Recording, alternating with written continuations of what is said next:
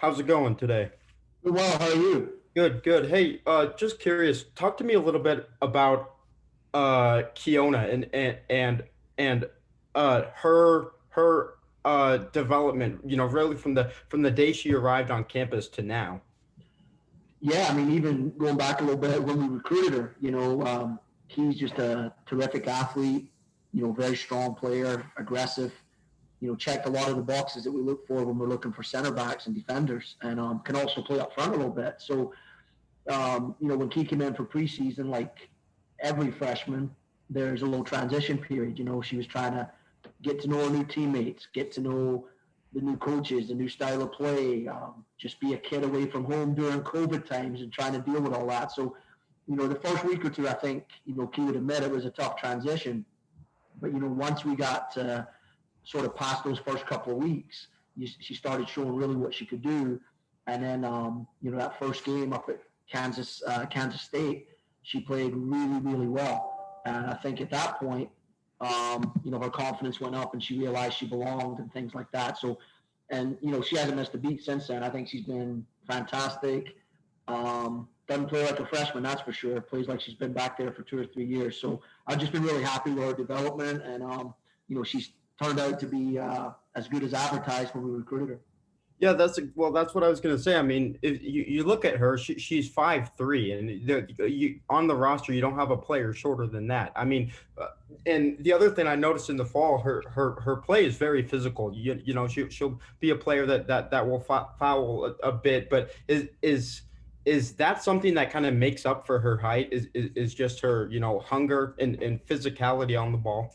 Yeah, I mean she's so strong. I mean she's able to knock people off the ball, goes in hard for tackles. She's a great athlete, so she jumps high. So it's the height's not an issue. She wins plenty of headers against people bigger than her, so has not been an issue at all. And yeah, I mean I think all her other attributes more than make up for any deficiency there. So yeah, I can't speak highly enough about it. Like I said, the first 2 or 3 weeks, it was a little touch and go as far as was she be ready to really compete at this level right off the bat, or would it take a little bit more time? But as I said, once we got to the games, it's almost like she turned it up a level and has not looked back. Thanks. Of course. Hey, Coach. One thing I'll ask you is, what is the biggest storyline from this team right now that we have not already covered? Wow, great question. Let me think here. Storyline that we have not talked about. Or who's had an interesting story that we haven't covered? Yeah. A good, you're about to talk to Camy, I think. A good one is, Camy got accepted into medical school this past week. And, that's unbelievable to me when you think about it. The hard work that kid's done in the classroom and how she manages her life and soccer and school. And, when the time comes and she leaves us, she's going to go and be a doctor. And, that's a pretty cool deal. So that would be one recently that pops into my head. And, we're still hopeful Camy might be here next fall before she goes on to medical school, but I think we're working on all those details. But yeah, what an achievement that is. She's, I told her, the only thing I told her that was kind of funny, she's sitting here listening is, I'm not sure what area of medicine she's going to be in, but all those times I yelled at her and had her do things she didn't want to do, I'm not sure I want her to operate on me or anything like that, just depending on what she ends up becoming.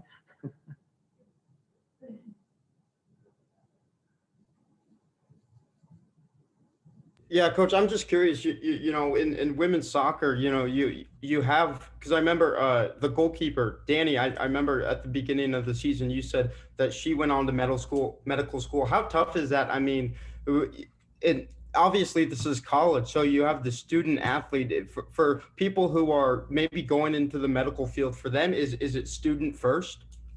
Yeah, I think it has to be, right. I mean, I can't speak from experience clearly. About balancing that level of academic study and a sport. I mean, it's unbelievable. And to come out with the grades that Camy consistently has is just amazing. Or any of the other kids who go into those fields. Lana Duke was another one who did it a couple of years ago. So it's super impressive to me. I can't imagine I had a hard enough time just balancing, doing my business degree and trying to get to class and go to school and be a college kid all at the same time. I can't imagine the amount of work that a student athlete like Camy puts in to be successful in all those areas. So let's talk about North Texas a little bit. I know St. Louis, that was a really big game, a good test for you guys. North Texas, they've been one of the top teams in the CUSA. They beat OU. I mean, is it kind of the same story with St. Louis? You just got to take them seriously. Yeah, it's very similar. It's a team that are as good as the Big 12 teams or the SEC teams without having the name. And sometimes it's tough, to get your team ready because you can tell them all you want, but until you get out there and compete, if we see West Virginia across the field, our kids are up for it. They're ready to play. But when you say St. Louis or North Texas, you might not get the same reaction. But as coaches, we watch them. We know how good they are, and we're making sure our kids understand that. And whenever you play a team that is used to winning, that wins a lot of games in the league, those kids expect to win. They don't care if they're playing a Big 12 team. It's just another team to them, and they expect to win games. So that's one of the challenges. The other thing is I'm gonna have to talk to myself about our scheduling here because it seems like all these teams have home winning streaks going, and we're having to go beat them. So they're another team that wins a lot of games at home, so it'll be another good challenge. But those are the games we need. Those are the games we want. We want to be challenged. We want to try to get better. And we also know if we win those games, it helps us towards NCAA tournament qualification. So it's kind of a win-win for us. I'm just curious, over your years in Stillwater, how many times do you think you've taken that drive down I-35 to the Dallas area? Oh, I mean, for games, for practice, for recruiting, everything. It's got to be, pre-COVID, of course, it's got to be, must do that drive like 50 times a year, 30 times a year, 30 to 50. I mean, when you think about it for games and then as much as we recruit down in Texas, it's got to be up there for sure. Well, I was curious, the fact that they beat OU, does that give the girls any more motivation? Well, I hope it just shows that they're as good as they belong with the Big 12 teams. OU's tough. They haven't had a great record, but they're not showing up and getting beat 4-0 by anybody in the Big 12 last fall. So they're a competitive team. We had our troubles with them. So, hopefully it just, reminds our team that this team are capable. They're good. A lot of their kids played with and against a lot of our kids from the DFW area, so they'll know how good they are. But we just have to remind them it's about us and our preparation. We want to win every game we can this spring, give ourselves the best chance to get in the NCAA tournament. And North Texas is just another big challenge, but we'll make sure they understand that it's a very good team. And I think St. Louis gives us a good platform to remind our kids, look, they may not have the name, but you saw how good they were and how bad they wanted to beat you. You're just going to have the same thing again on Sunday. Thanks, Coach. Yep. Hey, Coach. So I'll kind of go back a little bit more on Camy. And whenever you were recruiting her, at what point did you kind of know she wanted to go into medicine? And once you learned that, how did you kind of lay out that recruitment process? Well, we talk to all the kids when we're recruiting them. Sometimes it's as freshmen, sophomores, or juniors, just depends on their pathway. But, we talk to them all about what they'd like to major in, what they want to do. And Agatha Adams in our academic services does a terrific job. We usually have our recruits meet with her to talk about the academic opportunities here. And, if Camy or anybody else lays out, hey, I'd like to go on to medical school, or even I'm thinking about going on to medical school, Agatha shows them a pathway that it can happen through OSU. You could do like allied health or biology or chemistry, and then you make sure you take all your prerequisites that are going to get you into medical school. And of course you have to take the MCAT. So Agatha does a great job of kind of laying that out for the kids and parents before they get here, so that they really have an understanding of what it might entail, to compete, play soccer, and also succeed in a very tough competitive major. Is this a major that you've seen from other players that you've recruited, or is Camy one of the first ones to go into medicine? No, we've had quite a few different kids do it, probably different areas of medicine, but we've had some kids go into physical therapy. We've had physician's assistants. We've had ones that want to go on to be medical doctors. We've had anesthesiology. So we've had, we've been here a long time, so we've had kids do just about everything you can imagine. There's not too many that come through and go the medical route. There's quite a few that might do nursing or physician's assistant or physical therapy, but to actually go on and be a medical doctor, I think Camy told me the other day that's probably 5 to 7 more years of school, which, I nothing but respect for her on that. I don't think I could have even thought about that when I was her age. Is there anything about like that major that has made it difficult for like scheduling a practice, or is it all pretty straightforward in that sense? No, I mean, I think anytime as you get up to your junior and senior level classes, there can be conflicts because a lot of those science classes will have labs associated with them. So we have quite a few players who maybe are in sciences, medical, engineering, that we have to sometimes make accommodations as far as training goes because you don't have a choice in sophomore year. You have a ton of choices on what you can take. You're taking a lot of general elective courses, but as you get into your specialized area, it can be quite challenging. But we haven't with Camy. It's been pretty straightforward. She could probably tell you better if she's had any issues with labs and things, but she hasn't had to miss, to my knowledge, too many workouts or practices. I appreciate it, Coach. Of course. Ready for the girls? I think so. All Thanks, right. Coach. All right, you got it. Thank you, guys. Yep. Hi. Hello. Okay, so I'm gonna ask you a little bit about your major. Like, what exactly are you planning to go into? Yeah, so I graduated in December with a biochemistry and molecular biology degree. Right now, I'm completing like a microbiology minor, and then if I stay in the fall, I'll complete my chemistry minor. And I'm planning on going to medical school. I am going to go to medical school. I'm going to go to Texas Tech School of Medicine. So that's the plan. So you're going to Texas Tech's medical school. So is that is that in Lubbock or is that somewhere else? Okay. How long have you kind of known that you wanted to go into medicine? Since 8th grade. Okay. What happened in eighth grade to kind of get you to know that? Yeah, I've kind of like known I wanted to like do I've like dabbled with the idea since I was like really young.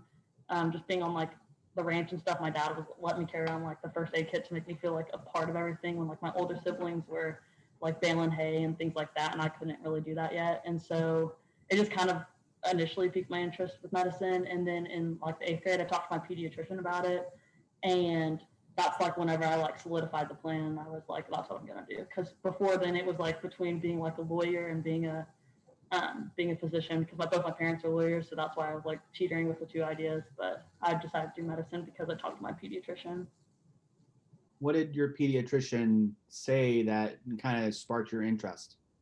Yeah, so it was actually I had a school project due in Spanish about like a physician or like a occupation that you wanted to do, and so like being a physician was always on my mind, and I happened to know the Spanish word of doctor. At the time, I don't know anymore, and so I was asking him questions about like daily life and stuff like that, or I told him about my project. He asked about like my school and like how athletics were going, and so he gave my mom his home number so that way I could call him on his like personal time and like ask him questions. And so like that was a big thing for me, was just the fact that I knew being a doctor was really busy and that there was a lot of family obligations outside of being a physician. And so just the fact that he would dedicate like 30 to 45 minutes for, one of his patients' projects meant a lot to me. And like, I really wanted to have that much patient dedication whenever I practice.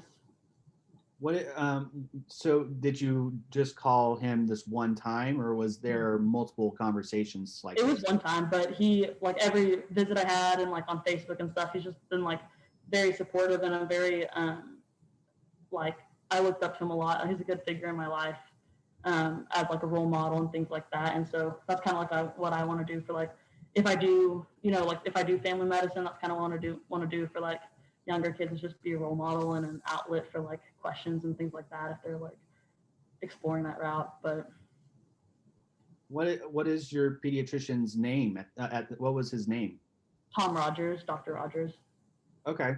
And has he remained in contact with you through OSU? And Yeah, are you he planning texted to me congratulations about my medical school acceptance. So it was really cool. go back to the same area that he's working in, that so that you can be somewhat close by, or is I that was not actually even? retired a year ago, but I do plan on like I would like to work in like the Fort Worth area, and if I can't work in the Fort Worth area, I like to do like rural health, depending on the specialty I do. But I really do like rural health. And what things are you kind of expecting going into a medical school that like in post soccer? Like what things are you kind of expecting? I'm expecting it to be challenging academically, and thanks to like soccer and already like learning how to balance different things in my life, I think that'll definitely help me a lot as I pursue my medical education. But I definitely think it's going to be very challenging academically, and then I also like anticipate having to like reorganize my life a little bit based around like um, taking time for like exercise and family time and things like that. And so I expect it to be difficult, but I definitely think it's something I can do. So Now, one thing that I've kind of known from a few people I've known in the past is that they do a lot of hands-on work with when that in that sort of field. Are you already doing any hands-on work like that, or is that primarily after after you're completely graduated from all things at OSU? yeah, so a lot of the hands-on work that they do is stuff that you have to be cleared for to do in like a medical setting. And so a lot of the lab work that they do and like research that you do at like when you're getting your MD, I've done it through like OSU labs and things like that. So like micropipetting and PCR and things like that I've done through OSU. A lot of like the stitching and things like that. There's stitch kits and things like that, but and like sewing you can do, but that's about as like realistic you can get until you get to like cadaver lab and things like that. So is that something that you would be doing when learning, like after you're graduated and are completely qualified, or is that something you can kind of ease your way in as you are getting more qualified?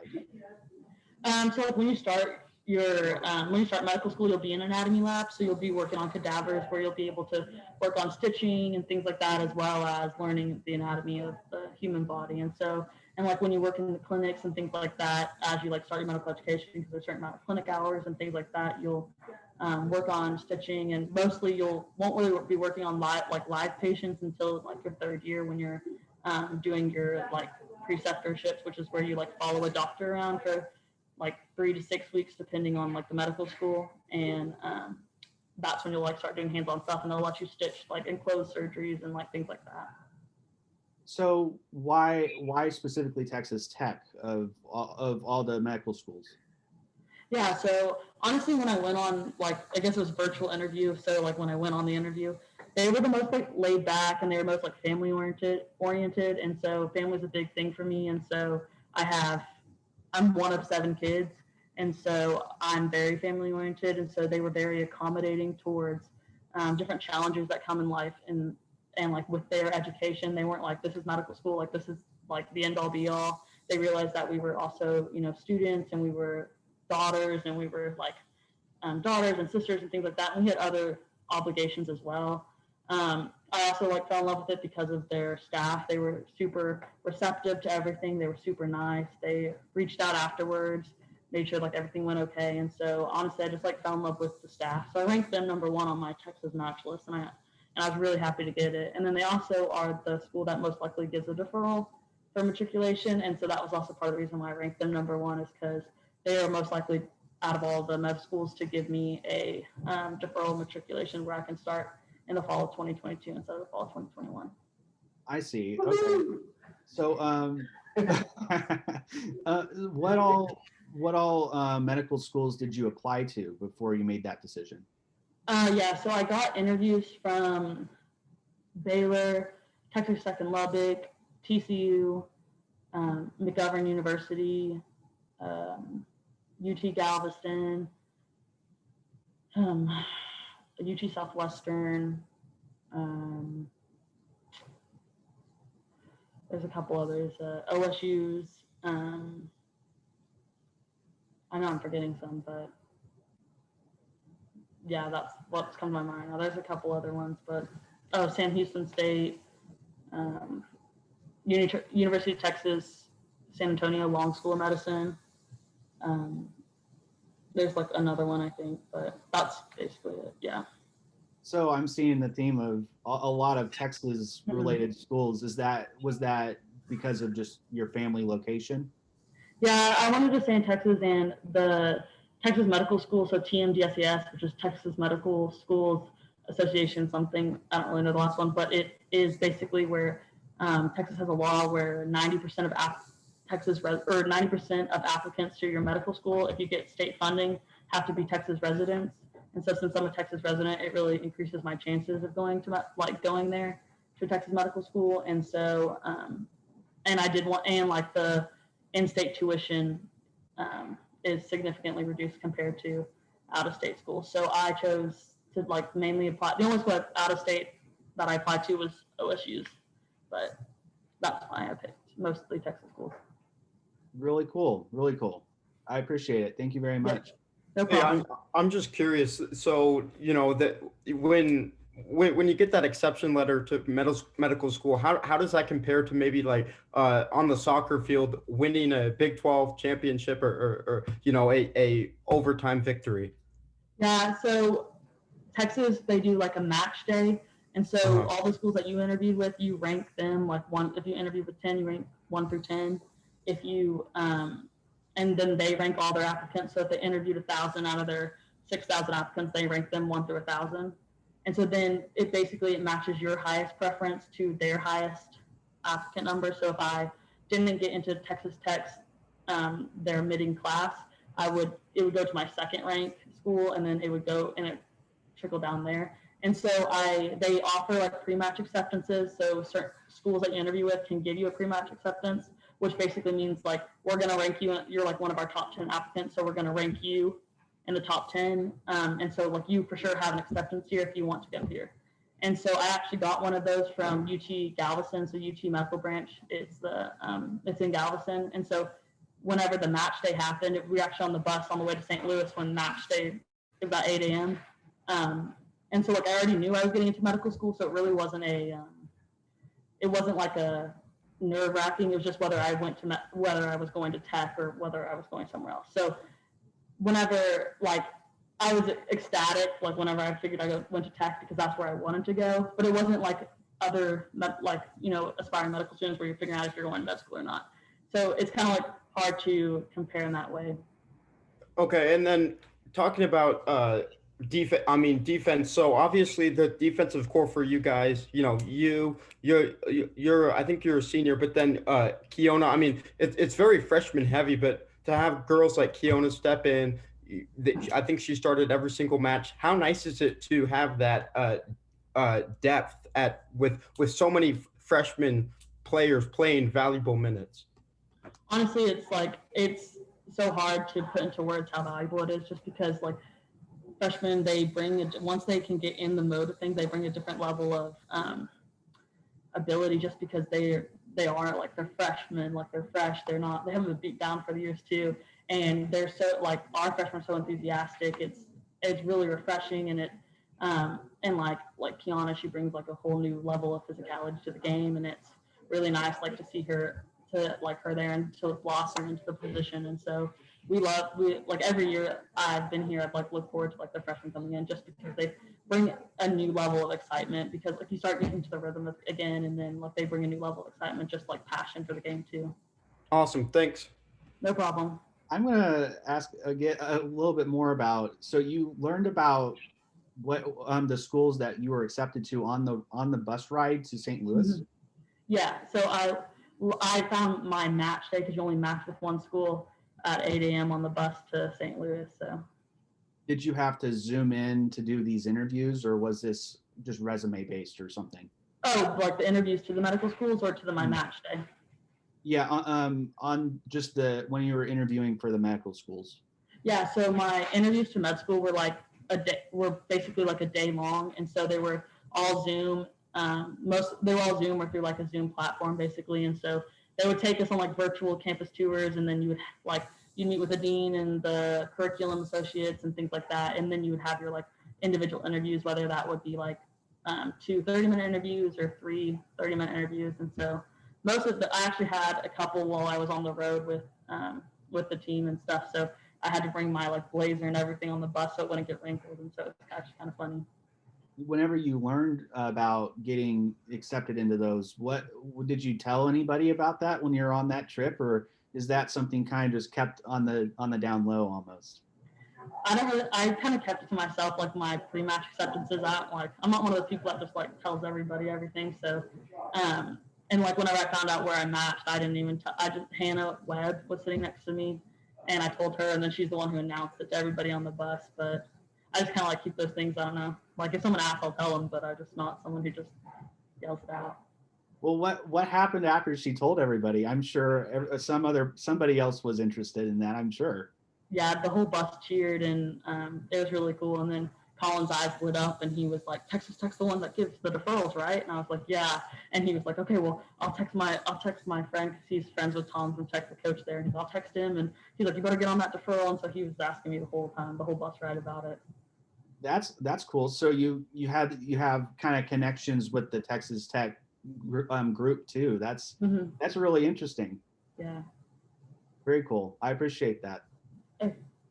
All good? Oh yeah. Oh, and one last thing I'll ask is how does the Zoom like campus tour like work? Is it just like a video, like a FaceTime almost, and they just walk around the campus or something?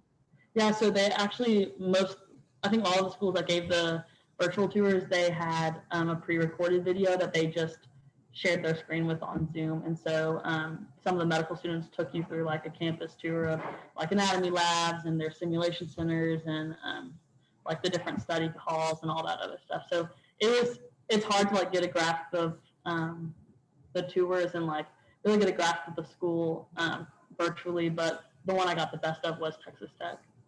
Now, are these pre-recorded videos kind of corny, or are they really serious and in depth? I think that that's like they're serious where they're trying to get like through things, and you can tell some things like were told to say, but they weren't like super corny. They like sometimes like some of them like one of the medical students would like accidentally like trip or something, and they would laugh about it. But for the most part, they were like serious, just informative. Which one of those campus tours did you enjoy watching the most? Which one did the best job? Probably University of Texas Medical Branch, UTMB, the one I got the pre-match acceptance from, just because like they have the beach and everything, and they have like really cool buildings, and they're pretty good at their videography, so it was cool. I see. Cool. Very nice. Thank you very much, Camy. No problem. Ready? Adam, you go first on this one. All right. Going. Good. How are you? Good. Hey, I'm just curious. You know, you're obviously starting the season very physical. I mean, that's kind of seems to be your brand of play. Where does that physicality come from? Oh, wow. Honestly, I'm not sure. I mean, I've always kind of been like that since I was younger. I don't know. I would say maybe it's just because I was usually just a shorter girl on the team, so you'd always have to play bigger when you played against taller, thicker opponents or whatever. So I say probably just that, and just the fact that that's just how I've always been. I've just been very physical. Yeah, well, so your height 5'3" is that whole height for you a big motivation? Just to play bigger and really just play the best you can. Yeah, definitely. It does come in handy though, especially when you do play against taller players. When it comes to like the skill set of it all, like I can use skills and just use my like small stature to my like what's it called? Like for me or whatever. But yeah, playing big definitely does help. It helps me when it comes to like obviously defense. I have to play like a bigger defender, and normally center backs are taller than I am. So I feel like when I'm like, okay, yeah, you're the shorter one, it's like, okay, yeah, but now it's time to go. You gotta get going. Thanks. So I'm gonna ask you a little bit about this bus ride from from Stillwater to St. Louis and how that announcement kind of went. So like, what was your instant reaction, and did you feel like everybody on the bus kind of was all engaged in it at the same time, or? was this more Oh, something you taught personally? Definitely. Like, okay, when we first started, okay, honestly, when we heard that she was doing her interviews, we were all like, okay, like we knew she was gonna get in, but it just depended on where she was gonna get in. So honestly, we were all just basically just waiting for her to tell us, like, yeah, we're gonna go, I'm gonna go here or whatever. So when we heard on the bus that she got into Texas Tech, everyone was like cheering, yelling, clapping. So like Grace, I'm pretty sure was like banging on the window. It was like everyone was really ecstatic. It was funny, but it was more just because of the fact that we know she works so hard and multitasking, playing soccer with the hours we do, and time to study and do these tests and stuff. That's a lot, even for me. So and I'm only a freshman, but the fact that she was able to do that and keep the grades she had, and to just be able to achieve that is actually like I don't know, like an eye opener. Like, yeah, she could be like a role model for me for when it comes to my degree. So what specifically have you been able to look up to her for within your degree, and what you're planning on doing in the future? Well, I can't really declare yet because I haven't declared until next fall. But when it comes to like just seeing how she like maintains like her time and like how she schedules everything out for her day, just hearing how busy her day is, like it helps motivate me in the way like, okay, you need to manage your time better. You need to make sure you have enough time to sleep, to eat, to train, to have time and have energy to study, like putting in when I can go to the AC to study and stuff like that. Seeing her multitask all that as like, okay, if she can do it, I can do it. So definitely like in that aspect, I can see her just like helping me in that. So Camy said she kind of keeps it to herself whenever she learns of these kind of moments. And did you kind of have an idea where she wanted to go beforehand? And did she tell you specifically, or was this through somebody else that had talked to her? Actually, she never told us like that that's where she wanted to go or that's where she was actually gonna get in. She did keep it kind of quiet, just that we knew that she was doing interviews at like Baylor and like multiple other schools. But other than that, she didn't really talk about it much. She didn't brag or anything like that. Now, is that something that you kind of wish that she would be a little more bragging about, or is that perfectly fine with you for her to not want to? I mean, honestly, it's her personally, because like I probably would be the same way. But no, I mean, she has every right to brag. I mean, she's probably, I think one of the only girls on our team is trying to be in medicine like that. So she should have been bragging about like the grades she's been making and things that she's been accomplishing. But she's really like down to earth and more to like keeping her life kind of like private into a certain aspect, but definitely when it comes to that, she like lets you know when she knows and when she feels ready to tell people. So, no, that's basically all for her. Is there any other type of a breaking news type of thing that's happened on a bus ride, and how did you guys do it in a different way than what this one ended up being like? Well, I mean, this is probably the biggest one we've gotten since I've been here anyway. I'm only a freshman, so this was definitely one of the biggest announcements we've had. Now, if there have been prior ones, I have no idea, but definitely for us freshmen, it was like, okay, that's a big deal. Like, yes. Awesome. Thank you very much. Yeah, no problem.